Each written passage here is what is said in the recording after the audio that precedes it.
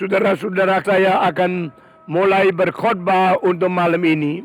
Dan khotbah ini diambil dari Injil Lukas pasal ke-16, di mana Tuhan Yesus membicarakan tentang orang kaya dan Lazarus. Saya percaya banyak di antara kita sudah pernah mendengarkan cerita ini. Dan banyak orang bilang inilah satu perumpamaan yang dikatakan oleh Yesus Kristus. Sedangkan di Injil Lukas tidak muncul istilah perumpamaan. Berarti inilah satu wahyu yang melengkapi apa yang tidak pernah dikatakan di dalam perjanjian lama, untuk membuat manusia lebih mengerti sesungguhnya apa yang akan terjadi setelah manusia selesai hidup di dunia dan setelah manusia mati di dalam akhirat. Saudara-saudara sekalian, Yesus menghadapi orang-orang Farisi yang tamak uang, yang cinta harta, dan yang hidup pura-pura. Dan dia mengatakan kalimat-kalimat mengenai cerita orang kaya dan Lazarus ini. Yesus berkata, ada seorang kaya yang saben hari berpesta perak. Orang ini orang kaya. Orang ini mempunyai harta yang banyak. Orang ini suka menikmati hidup dengan makan-makan, dengan pakaian yang mahal dan indah-indah. Dan dia seorang yang punya uang yang banyak. Dia mencintai uang. Dia menipu dengan segala macam dapat uang banyak. Dan dia memakai uang dengan tidak terbatas. Karena dia orang kaya. Berpesta perak setiap hari. Dan ada lagi seorang namanya Lazarus, orang miskin, orang sakit, yang setiap tubuh, setiap inci daripada badannya penuh dengan bisul dan dia tidak ada makanan. Dia duduk di luar pintu rumah orang kaya itu. Dan dia menanti kalau ada makanan sisa yang dibuang dari meja boleh mengisi kebutuhan di dalam perutnya. Dan Alkitab mengatakan anjing datang menjilat bisul-bisulnya. Hanya berapa kalimat ini saja telah menggugah kita bahwa masyarakat tidak ada keadilan. Ada orang yang kaya raya, ada orang yang miskin sekali. Ada orang yang rumah besar, ada orang tidur di pinggir jalan. Ini fakta yang begitu sederhana, tapi sudah dikatakan oleh Tuhan 2000 tahun yang lalu. Selama 2000 tahun manusia berjuang, selama 2000 tahun manusia berevolusi, manusia merubah masyarakat, belum pernah mencapai masyarakat yang makmur dan adil. Yang makmur tidak adil, yang adil tidak makmur. Yang makmur dan adil tidak pernah kunjung tiba. Yang tidak adil dan tidak makmur yang kita lihat lebih banyak di dunia ini. Apakah bedanya orang kaya dan orang miskin? Orang kaya mempunyai rumah besar, mempunyai pakaian mewah, mempunyai meja yang penuh dengan makanan-makanan yang mahal, mempunyai uang untuk membayar semua ini. Dan orang miskin menyambung hidup pun tidak gampang. Makanan pagi selesai, kapan boleh mendapatkan makan siang tidak menentu. Setelah hari ini tidur, besok masih ada barang untuk dimakan juga tidak tahu. Dan Alkitab mengatakan orang kaya ini tidak lama kemudian dia mati. Dan Lazarus juga mati. Nah inilah persamaan akhir. Di dalam kita masih hidup banyak hal yang tidak sama. Ada yang kaya, ada yang miskin, ada yang pintar, ada yang bodoh, ada yang pangkat tinggi, ada orang rakyat jelata, ada orang mempunyai kesempatan banyak, orang yang tidak ada kesempatan. Semua tidak sama, kedudukan masyarakat tidak sama, keadaan harta tidak sama, segala rezeki tidak sama, tetapi satu yang sama, Alkitab mengatakan Lazarus itu mati.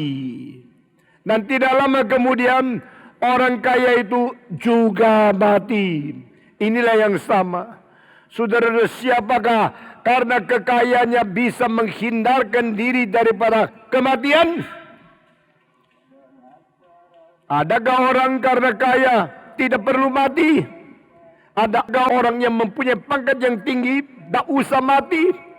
Adakah orang mempunyai pintar yang luar biasa boleh hindarkan diri dari mati?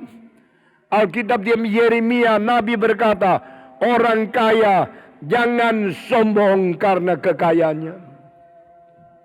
Orang pangkat jangan sombong karena kuasanya. Orang pintar jangan sombong karena pengetahuannya. Jangan megah karena kekayaanmu.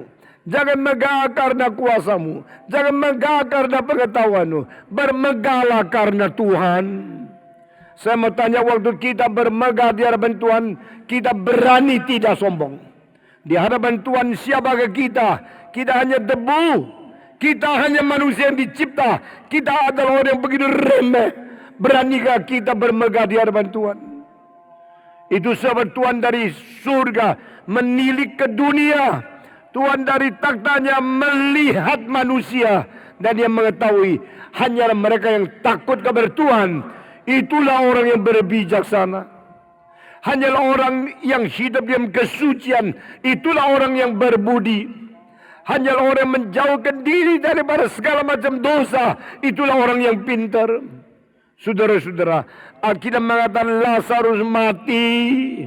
Setelah mati, berhenti sengsara, berhenti bisulnya, berhenti penderitaannya, berhenti kelaparannya. Semua berhenti sebab dunia ini sementara adanya.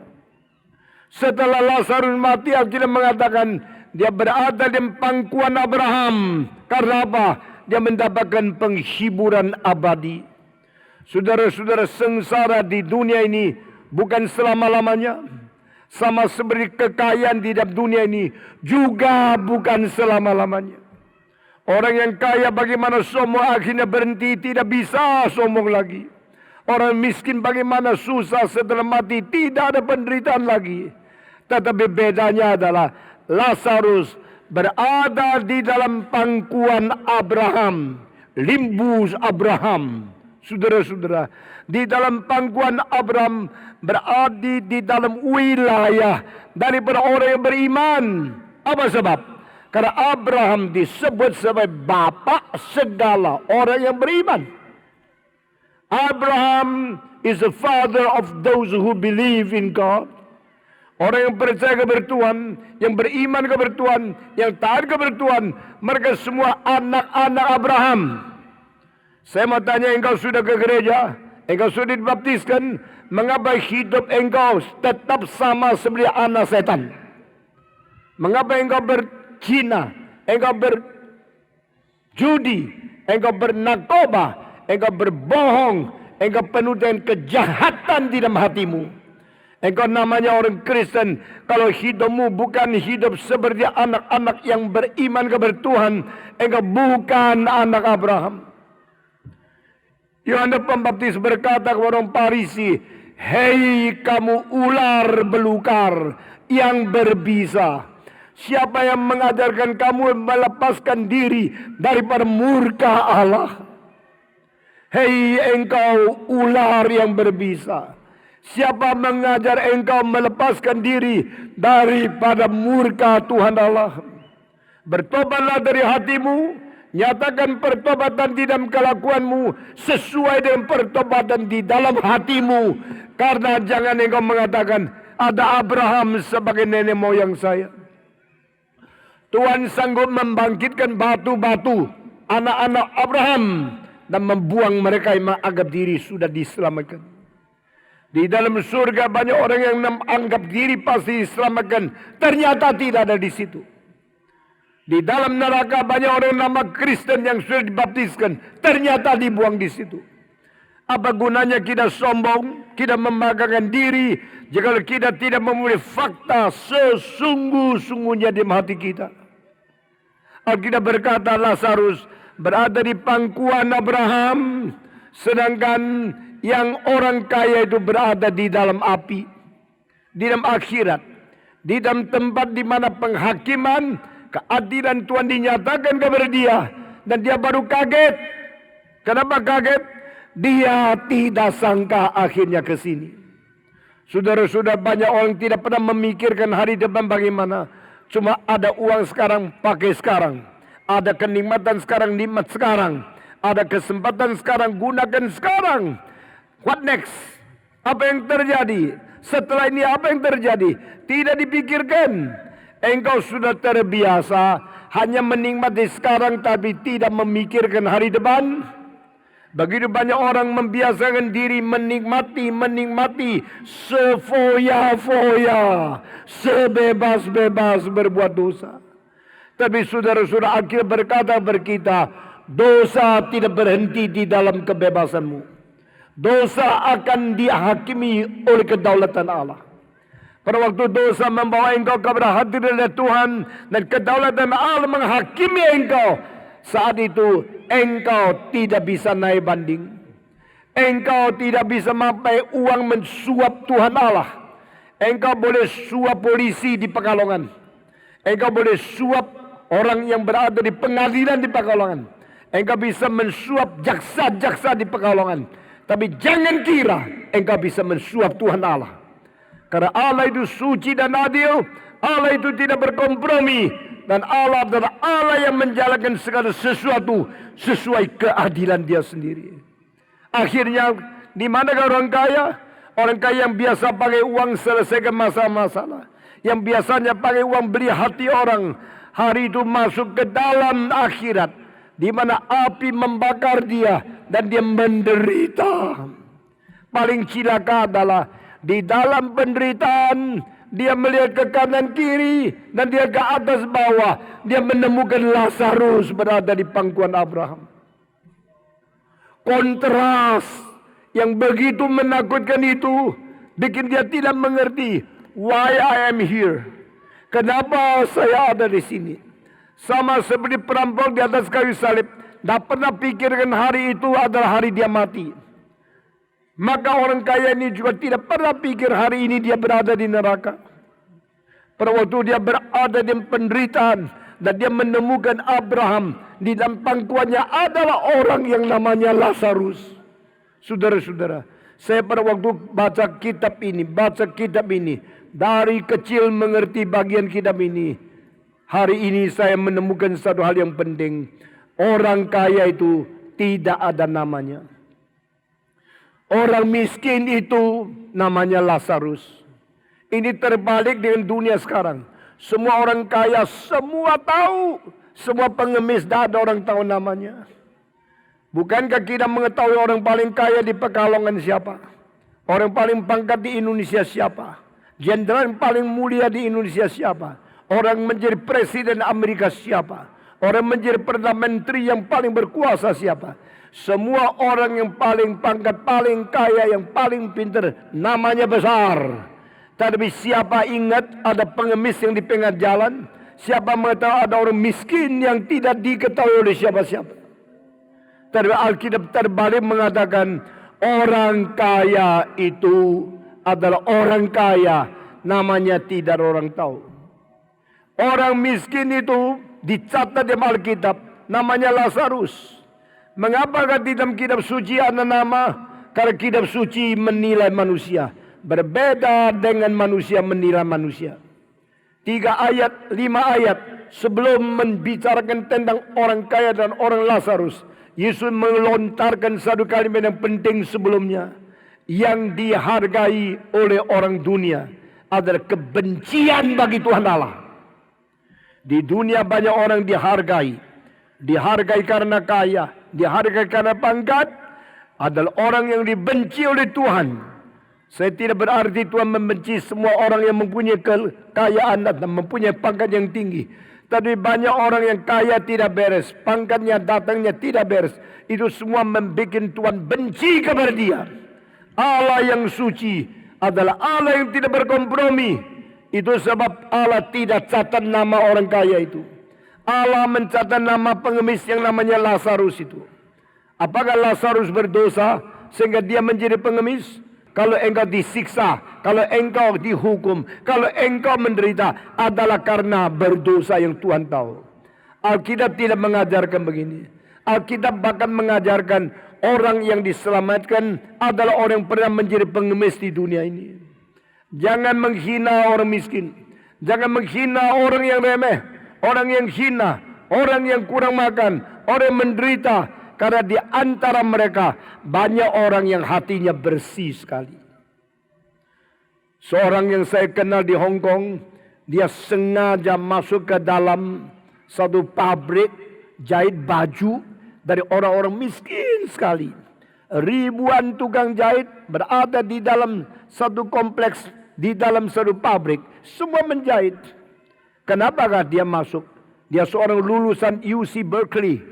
Seorang yang tinggi sekali, mempunyai gelar yang tinggi sekali. Kenapa orang dimasuk ke dalam pabrik untuk ikut menjadi tukang jahit yang diberikan honor yang paling kecil? Saya tanya dia, why you are here? Dia anak perempuan seorang profesor yang terkenal sekali. Dan dia mengatakan, I want to understand the poor people. I want to know what are they saying, what are they thinking, what are they believing? Saya ingin mengetahui dan mengerti orang miskin.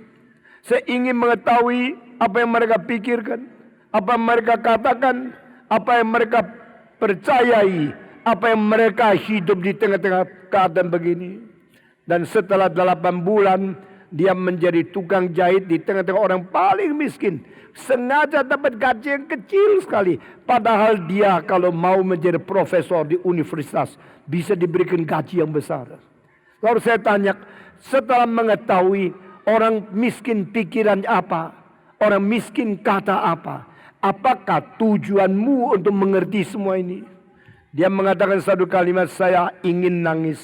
Dia mengatakan sesudah itu, saya mau menjadi hamba Tuhan yang melayani orang paling miskin di Hong Kong.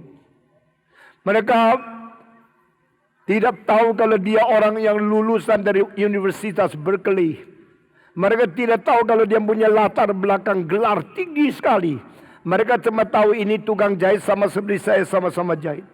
Dan di situ 8 bulan dia mempelajari apa yang dibicarakan, apa yang dipikirkan, apa yang dikerjakan, apa yang dipercaya oleh orang-orang miskin. Sesudah itu di dalam satu kelas di mana saya mengajar teologi di Hong Kong, dia mengatakan satu kalimat, I know low people in society. Some of them have a very high mentality. And I know some people in high class in the society, they have a very dirty and very, very low mentality. Dia mengatakan kalimat yang bikin saya terkejut. Banyak orang hina, orang miskin, orang rendah mempunyai mental yang tinggi. Dan banyak orang-orang yang di kelas tinggi di masyarakat, pikirannya kotor dan jahat sekali. Saya tanya lagi kepada dia, setelah engkau mengetahui ini, bagaimana engkau mengabarkan Injil? Dia mengatakan, saya mau mengerti mengapa Tuhan Yesus turun dari surga ke bumi.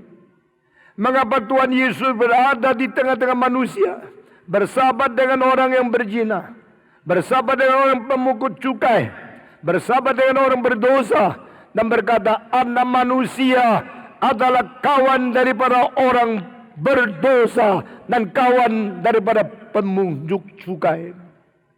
Lebih gampang surga dimasuki oleh pelacur-pelacur dan pemungut cukai dibanding orang kaya yang masuk surga. Susahnya seperti unta mau masuk ke dalam jarum, lubang daripada jarum itu. Ini semua ajaran dari Alkitab. I want to know, I want to imitate my Lord who incarnate himself and live among the sinners to be the friend of the lowest class people in the society. Aku mau belajar bagaimana Tuhanku turun dari surga, masuk ke masyarakat yang paling rendah, hidup di tengah-tengah mereka dan membagi-bagikan cinta kasih kepada mereka. Saya tidak mengerti kenapa Tuhan mesti memberikan cerita Lazarus dan orang miskin ini. Ternyata orang miskin ini orang yang anggun, orang yang beriman, tetapi dia mempunyai kelemahan, kesulitan apa yang terjadi tidak tahu.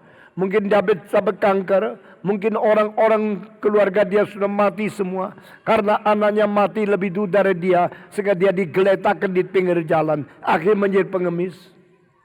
Apakah orang pengemis semua dihukum oleh Tuhan? Tidak. Apakah orang kaya semua diberkati oleh Tuhan? Tidak. Adakah kekayaan daripada setan? Ada. Adakah kemiskinan yang diizinkan Tuhan? Ada juga. Pada waktu Yesus di dunia, setan bawa dia ke atas gunung, berkata, segala harta dari seluruh dunia saya berikan kepadamu, asal engkau tunduk dan berbakti kepada saya, menyembah aku 1 kali saja. Yesus mengatakan, nyala engkau, berarti ada kekayaan, kemewahan, kemuliaan daripada setan, dan harus kita tolak. Saudara-saudara, mengapa kita menghina orang miskin? Mengapa kita menjunjung dan menjilat orang kaya? Padahal Tuhan berkata, yang dihargai oleh manusia adalah hal kebencian di dalam mata Tuhan. Itu sebab saya menjadi pendeta, saya tidak boleh menjunjung tinggi orang kaya lalu menghina orang miskin. Di gereja saya ada orang paling kaya di Indonesia, tapi tidak ada tempat lebih besar dari orang lain. Beberapa orang kaya dicalonkan menjadi majelis, 3 tahun, 8 tahun tidak terpilih. Karena gereja saya pimpin ada gereja yang mengutamakan rohani, mengutamakan cinta Tuhan, lebih dari utamakan engkau di masyarakat ada uang atau tidak. Saudara-saudara, saya mengambil keputusan semenjak saya muda. Saya adalah pendeta semua. Pendeta semua, orang yang kaya, yang miskin, semua saya anggap sama rata. Saya baru menjadi hamba Tuhan, bukan hamba manusia. Amin. Saudara-saudara sekalian, jikalau seorang pendeta sangat hormat kepada orang kaya di gerejanya dan sangat keras kepada orang miskin di dalam gereja, itu bukan hamba Tuhan yang setia. Alkitab mengatakan Lazarus meninggal dunia. Orang kaya itu juga meninggal dunia. Apa yang boleh disombongkan? Kekayaanmu, pangkatmu, segala harta benda yang segunung yang ada padamu. Pada waktu engkau mati tidak bisa bawa 1 rupiah masuk ke dalam kuburan mengikuti engkau terus. Pada waktu engkau meninggalkan dunia tidak ada sesuatu pangkat, sesuatu harta, sesuatu rumah yang bisa dikuburkan bersama dengan engkau. Alkitab mengatakan Lazarus mati. Orang kaya itu mati juga. Di dalam kedua kalimat ini ada tambah satu kata. Lazarus mati dibawa ke dalam pangkuan Abraham. Orang kaya itu mati juga. Tidak ada satu kalimat meneruskan mati. Dan dia menderita di dalam akhirat. Pada waktu dia melihat ternyata sama-sama mati. Tetapi saya menderita di sini. Sedangkan Abraham di dalam pangkuannya ada Lazarus yang saya kenal. Loh, bukankah ini yang dulu jongkok di pinggir jalan di luar pintu saya? Bukankah ini yang minta-minta tapi tidak dapat uang dari saya? Kok dia sekarang begitu enak-enak? Saudara-saudara sekalian, jangan lupa yang penting bukan engkau menikmati apa di dalam masa kesementaraan. Yang penting adalah apa nilai engkau di dalam kegagalan. Jika secara sementara engkau nikmat, tapi di dalam kegagalan engkau dibuang, engkau mesti mengetahui kegagalan itu beribu-ribu juta-juta tahun. Sedangkan di dunia hanya berapa puluh tahun saja. Jangan sombong. Jangan menjadi congkak. Jangan menghina mereka yang kita anggap miskin remeh. Karena kalau mereka di dalam kekekalan dipelihara oleh Tuhan dan menikmati sesuatu penyertaan Tuhan dan berkat abadi, maka semua kekayaanmu di dunia menjadi sia-sia belaka. Saudara-saudara sekalian, lalu Lazarus melihat orang kaya melihat Lazarus, melihat Abraham. Kalimat ini apa artinya? Berarti setelah mati bukan selesai. Jangan kira kalau selesai mati engkau tidak ada lagi. Banyak anak muda setelah patah hati bunuh diri. Karena dia pikir daripada susah payah saya ditinggalkan oleh kekasih, daripada pacar saya lebih baik mati sana, selesaikan sengsara. Bodoh. Mati tidak selesai. Bunuh diri tidak menghentikan akan keberadaanmu. Engkau adalah manusia yang dicipta menurut peta dan teladan Allah. Engkau adalah manusia yang mempunyai kegagalan di dalam hidupmu. Dan hidup itu karena mempunyai sifat kegagalan. Kecuali engkau kembali kepada kegagalan Allah yang suci, engkau bahagia. Kalau tidak, kegagalan itu ada kegagalan yang siksa tidak habis-habis. Karena engkau meninggalkan diri daripada Tuhan. Itu sebab pada waktu mereka sudah mati, mereka tetap ada. Loh, sudah mati masih ada. Sudah mati masih berpanjang. Ini hidup masih berlangsung. Pada waktu itu dia mulai rasa siksa masih ada. Mati tidak memberhentikan siksaan penderitaan. Mati tetap menjalankan sesuatu keberadaan yang ditentukan oleh Tuhan. Dan pada saat itu dia merasa disiksa. Dan dia melihat Lazarus nikmat. Saat kita melihat kita disiksa, orang lain menikmat, gampang timbul iri hati, bukan? Pada waktu kita melihat orang lain lebih enak dari kita rasa sangat kecut di dalam hati, bukan? Saat itu dosa akan terus berjalar, terus bersambung di dalam keberadaan di akhirat. Kenapa? Karena baru tahu kalau sekarang dunia masih bersambung terus. Dunia bukan hanya berapa puluh tahun saja. Orang yang hanya matanya melihat kepada kesementaraan dan puas dengan apa yang ada dan tidak pernah memikirkan apa yang terjadi setelah dia mati, itu orang tidak bijaksana. Orang bijaksana adalah mempersiapkan hari depan melalui taat kepada Tuhan sekarang juga. Dengan kata demikian kita mempersiapkan diri menjadi orang bertanggung jawab dan orang boleh menikmati kekekalan di dalam pimpinan Tuhan. Saudara-saudara sekalian, lalu dia berkata, Abraham, Mengapa dia berani panggil Abraham? Karena dia dari dulu pikir dia anak Abraham. Dia keturunan Abraham. Dia adalah keturunan resmi daripada generasi yang lahirkan terus sampai dia dilahirkan di dunia. Semua orang Israel menganggap diri orang keturunan Abraham. Semua orang Israel menganggap diri adalah keturunan resmi, warisan yang sesungguhnya diturunkan dari Abraham.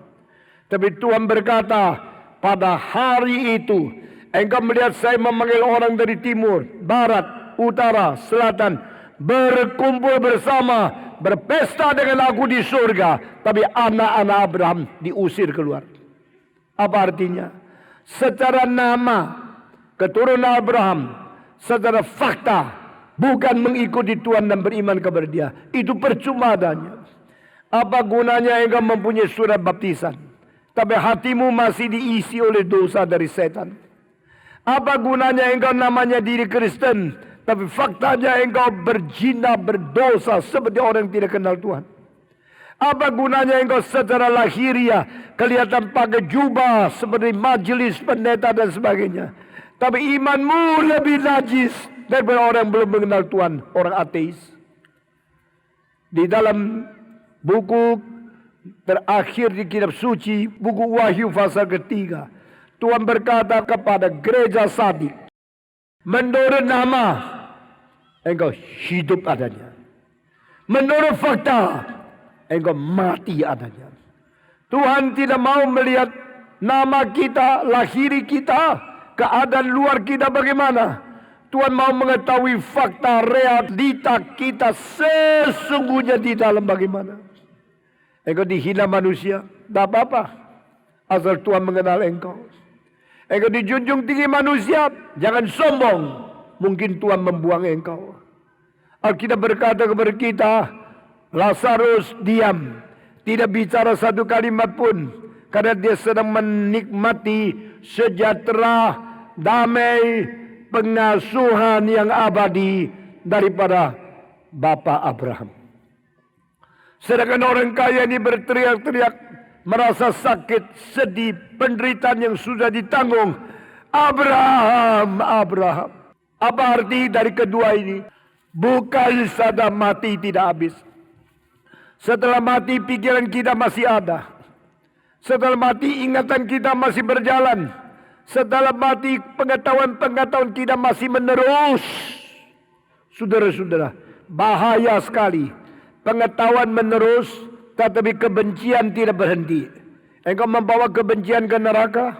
Engkau membuatkan ingatan-ingatan kejelekan orang lain yang salah kepada engkau ke neraka. Kapan engkau mempunyai sukacita? Engkau tidak mungkin mempunyai pengasuhan, istirahat. Tidak mungkin mempunyai perdamaian, tidak sentosa. Karena ingatan-ingatan yang tidak beres terus mengikut ke dalam neraka. Abraham, Abraham. Pada waktu dia memanggil Abraham, dia menderita keausan. Karena di tengah-tengah api yang begitu panas membakar dia. Abraham, Abraham, tolong kirim Lazarus, bawalah air sedikit untuk mendinginkan lidahku, karena aku terlalu aus di sini. Apakah kalimat ini artinya?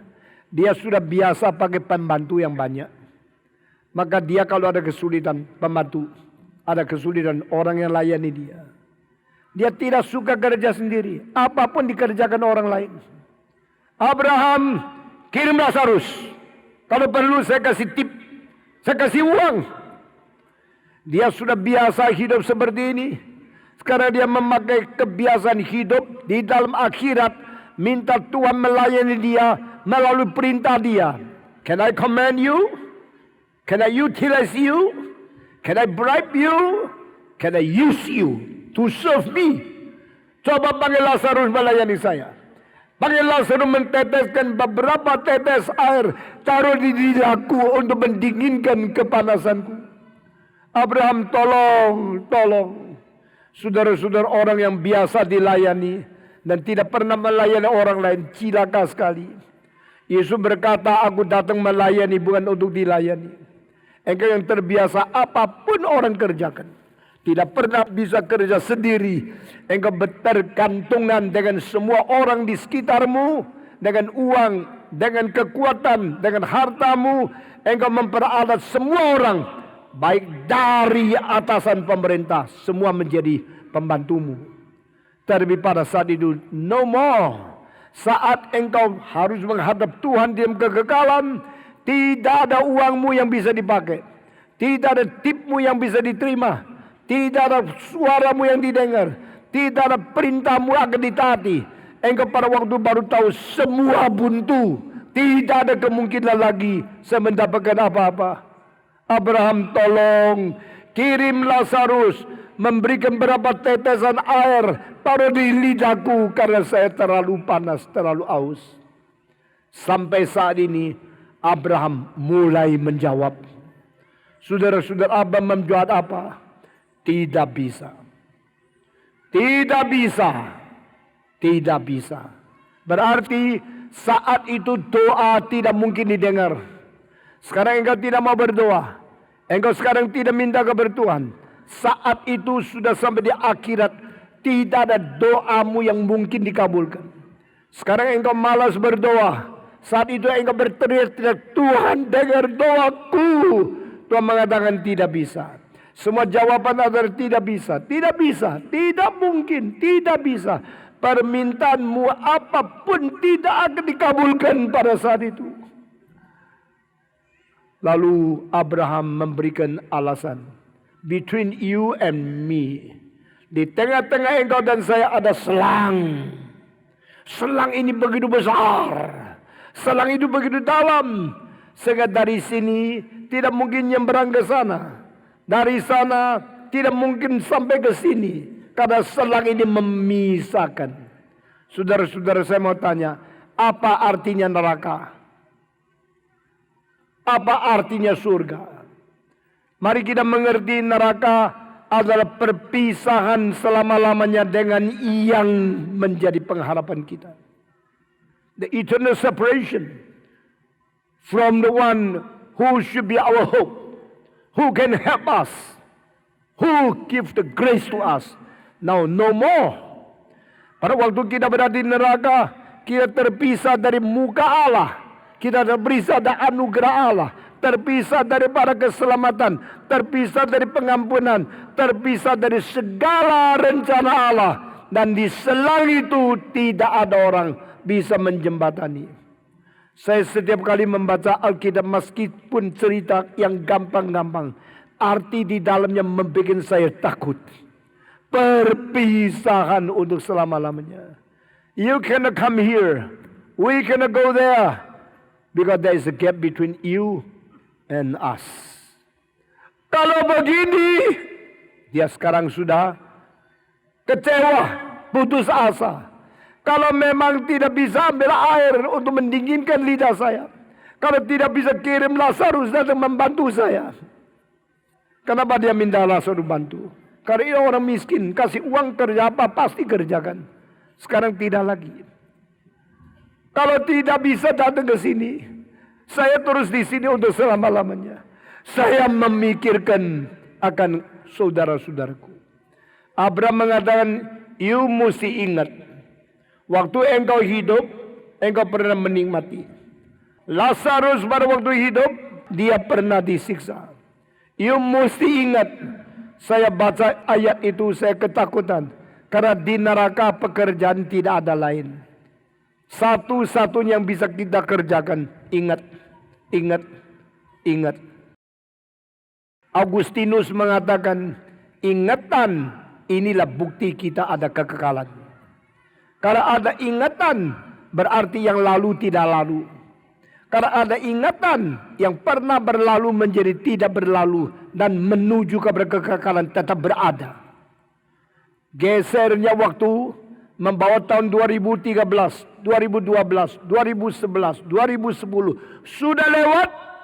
Tetapi mungkinkah waktu yang lewat itu menggeser ingatan yang berada di otak kita? Tidak mungkin.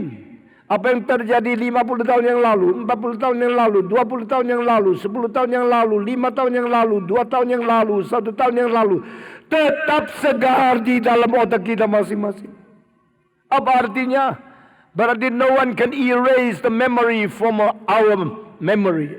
No one can erase something happened before and already become a fact which cannot be erased forever and ever in our memory. Semua yang sudah terjadi di dalam hidup kita yang tidak mungkin pernah dihapus daripada memori kita itu menjadi pusaka, menjadi harta kita selama-lamanya. Kalau engkau ingat kesalahan orang lain, ingat kebencian terhadap orang lain, ingat kerusakan orang lain, ingat dosamu, dan ingatan itu terus mengikuti engkau sampai selama-lamanya, berapa cilaka adanya. Saya mempunyai seorang kawan yang tua sekali. Saban hari ketemu bicara tentang kejelekan orang lain. Orang ini begini-begini, orang itu begini. Semua kejelekan dicerita. Saya menganjurkan dia, lupakanlah semua itu. Tidak bisa. Dia sudah begitu rusak, begitu hadap saya. Mana bisa saya lupakan? Saya bilang, engkau mungkin ingatan yang luar biasa. Betul. Saya dari kecil memori saya kuat sekali. Jangan marah-marah atau jangan bikin saya marah. Saya ingat terus-menerus. Lalu saya mengatakan, maaf ya, saya sebagai pendeta, saya menganjurkan engkau. Kalau engkau ingatannya bagus sekali, tapi selalu yang diingat sama rusaknya orang lain, engkau masa tua tidak bahagia. Kenapa? Kenapa saya tidak bahagia? Waktu engkau tua semua tidak ada, semua ada ingatan. Orang ini begitu rusak, orang itu begitu jahat. Ingatan itu makin jernih, makin hebat, makin banyak merongrong kepada hidupmu. You will not have happiness in the old time. Dan memang pada waktu dia tua susah sekali. Saban hari mengingat kejahatan orang lain. Saudara tahu tidak, di neraka engkau tidak bisa kerja apa-apa lagi. Apapun engkau tidak mampu kerjakan, satu-satunya di neraka yang engkau bisa kerjakan yaitu ingat. Dan pada saat itu Abraham yang berkata, you mesti ingat. Waktu engkau masih hidup, engkau menikmati. Dan Lazarus menderita. Sekarang dia berhenti dari pemberitaannya, mendapatkan istirahat di sini. Dan engkau disiksa di situ. Oh saudara-saudara, setiap kalimat dari Alkitab adalah modal untuk kita hidup bahagia. Karena manusia hidup bukan bersandarkan roti saja. Manusia hidup bersandarkan setiap kalimat yang keluar dari mulut Tuhan. Yesus Kristus berkata, orang kaya itu disuruh Abraham, you ingat, engkau pernah nikmat, engkau pernah bersukaria, berpesta pora, engkau pernah menikmati hidupmu, tetapi Lazarus tidak. Sekarang dia mengasuh. Segala kesulitan berat bagaimana, tidak usah takut. Segala sengsara bagaimana besar, tidak usah gentar. Yang penting akhirnya dapat istirahat. Ibu yang menghamil, ibu yang mengandung anak berapa susah. Orang laki tidak pernah ngerti. 9 bulan itu anak di dalam. Siang malam ada hidup orang lain tetap di dalam perutnya. Ini bukan hidup dia, ini hidup yang lain yang berasal dari dia dan suaminya. Dan dia harus mengandung dan menanggung kandungan di dalam tubuh. Itu adalah sesuatu penderitaan oleh wanita yang suaminya tidak ikut berbagian. Tetapi bedanya ada apa? Setelah dia melahirkan, ibu itu bersuka cita. Karena dia sekarang mengasuh dari mengandung lagi. Dia berhenti dari lagi.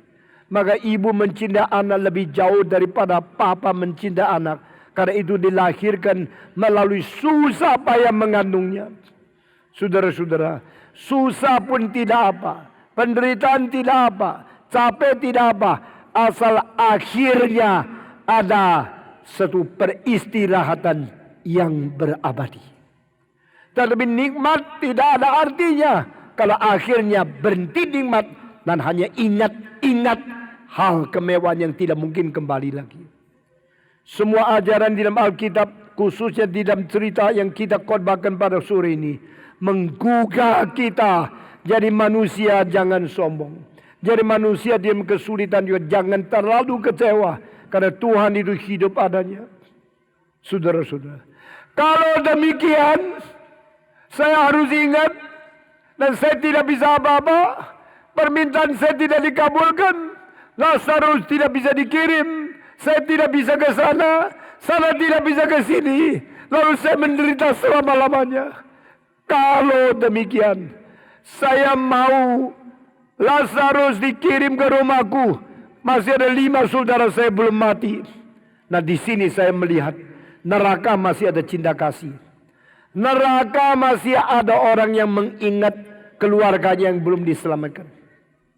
Saudara-saudara, banyak orang Kristen sendiri diselamatkan, tidak peduli keluarganya. Saudaranya belum dikristenkan, saudaranya belum diselamatkan, dia tidak peduli, pokoknya saya selamat. Ini bukan sikap orang Kristen. Saya pernah menjadi orang seperti ini. Sampai pada waktu saya dengar khotbah, engkau tidak lebih baik dari orang di neraka. Baru saya sadar. Orang yang masuk neraka masih mengingat saudaranya yang belum diselamatkan.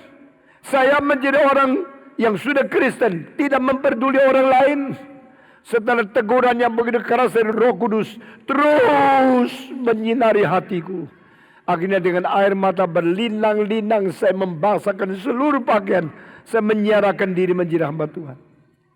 Hari itu tanggal 9 bulan Januari tahun 1957.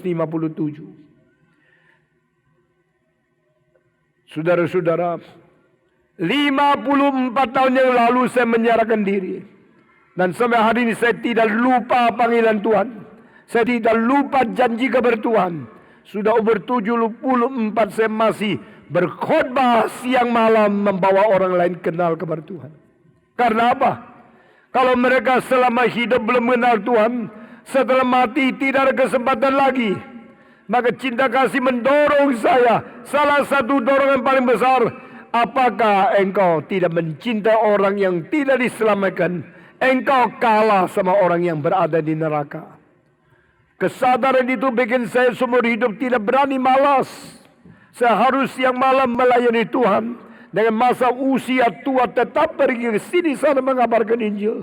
Khususnya dalam 22 tahun terakhir ini. Saya melayani dan saya ingin menjelajah 100 kota di Indonesia. Dan membawa KKR kepada setiap kota yang saya kunjungi. Manusia boleh kembali kepada Tuhan. Kalau begini, Abraham, kirimlah Lazarus ke rumahku. Beritakan Injil kepada 5 saudaraku. Supaya mereka boleh tidak usah datang ke sini. Mereka boleh diselamatkan.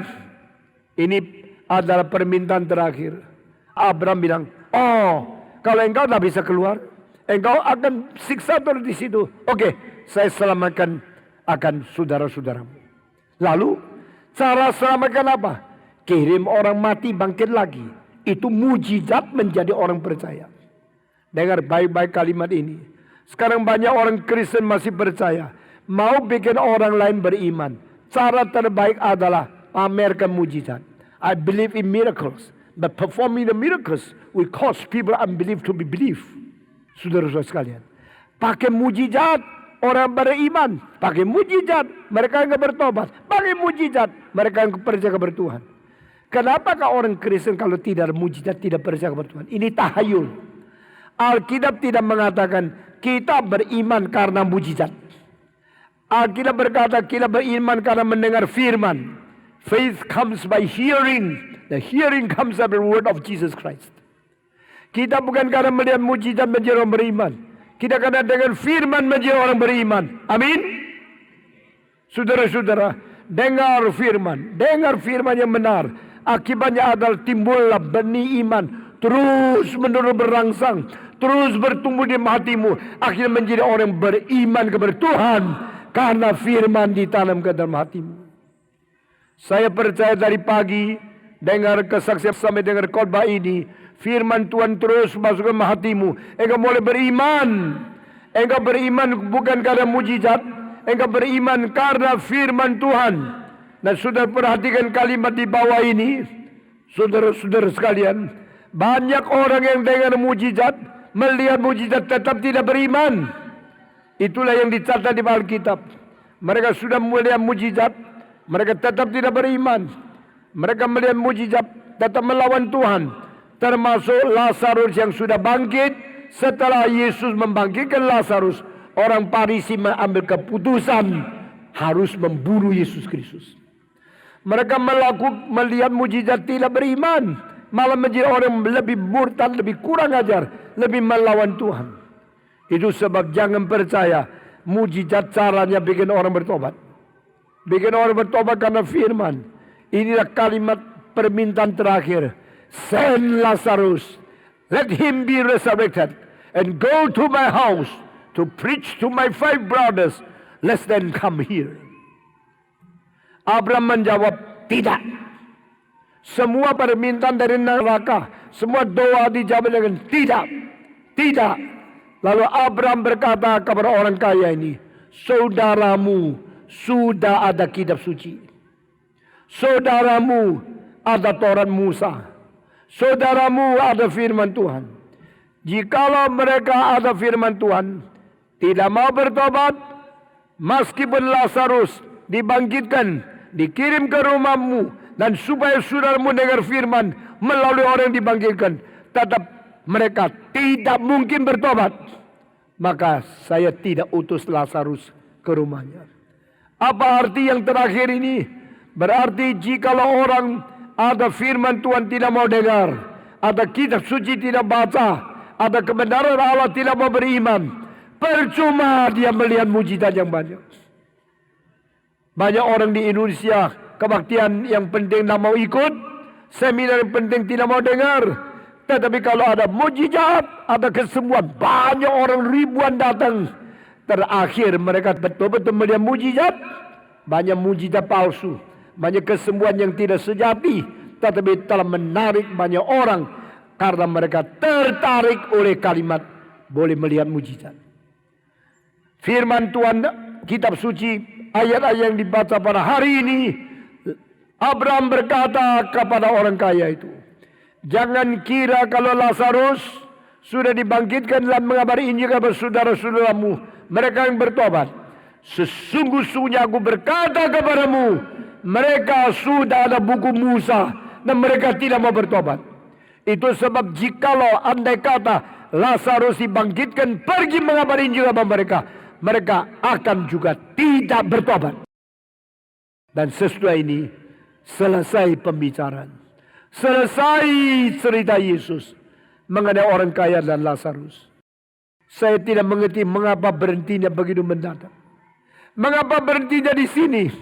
Ini semua minta kita pikir, kita merenungkan, kita mengerti kebenaran.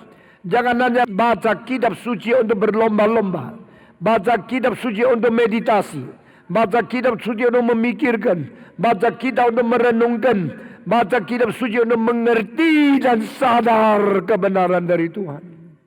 Saudara-saudara, saya bersyukur kepada Tuhan. Engkau boleh bertobat bukan karena mujizat. Engkau bertobat karena Alkitab mencatat firman Tuhan.